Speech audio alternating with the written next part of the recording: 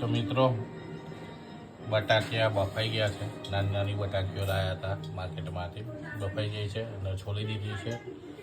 છોતરા અલગ કરી દીધા છે. હવે એની આગળની પ્રક્રિયા તમને આગળ કરાવું.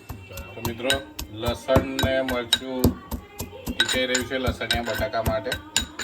બીજા મસાલા આપણે રેડી છે. તેલ અહીંયા ગરમ થાય છે. બટાકીઓ બી રેડી છે.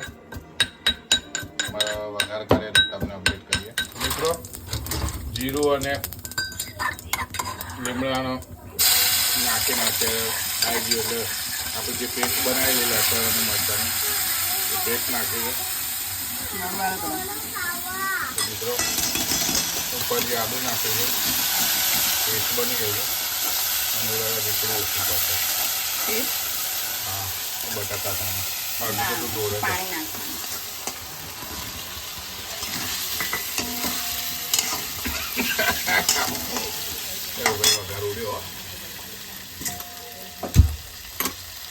મિત્રો ભૂંગળા તૈયાર છે, બટાકાનું શાક બી તૈયાર છે મસાલેદાર. એટલે હવે ભૂંગળા અને બટાકાની મોજ કરે. સોનું મજા આવી ગઈ ખાવામાં પડે સોનું.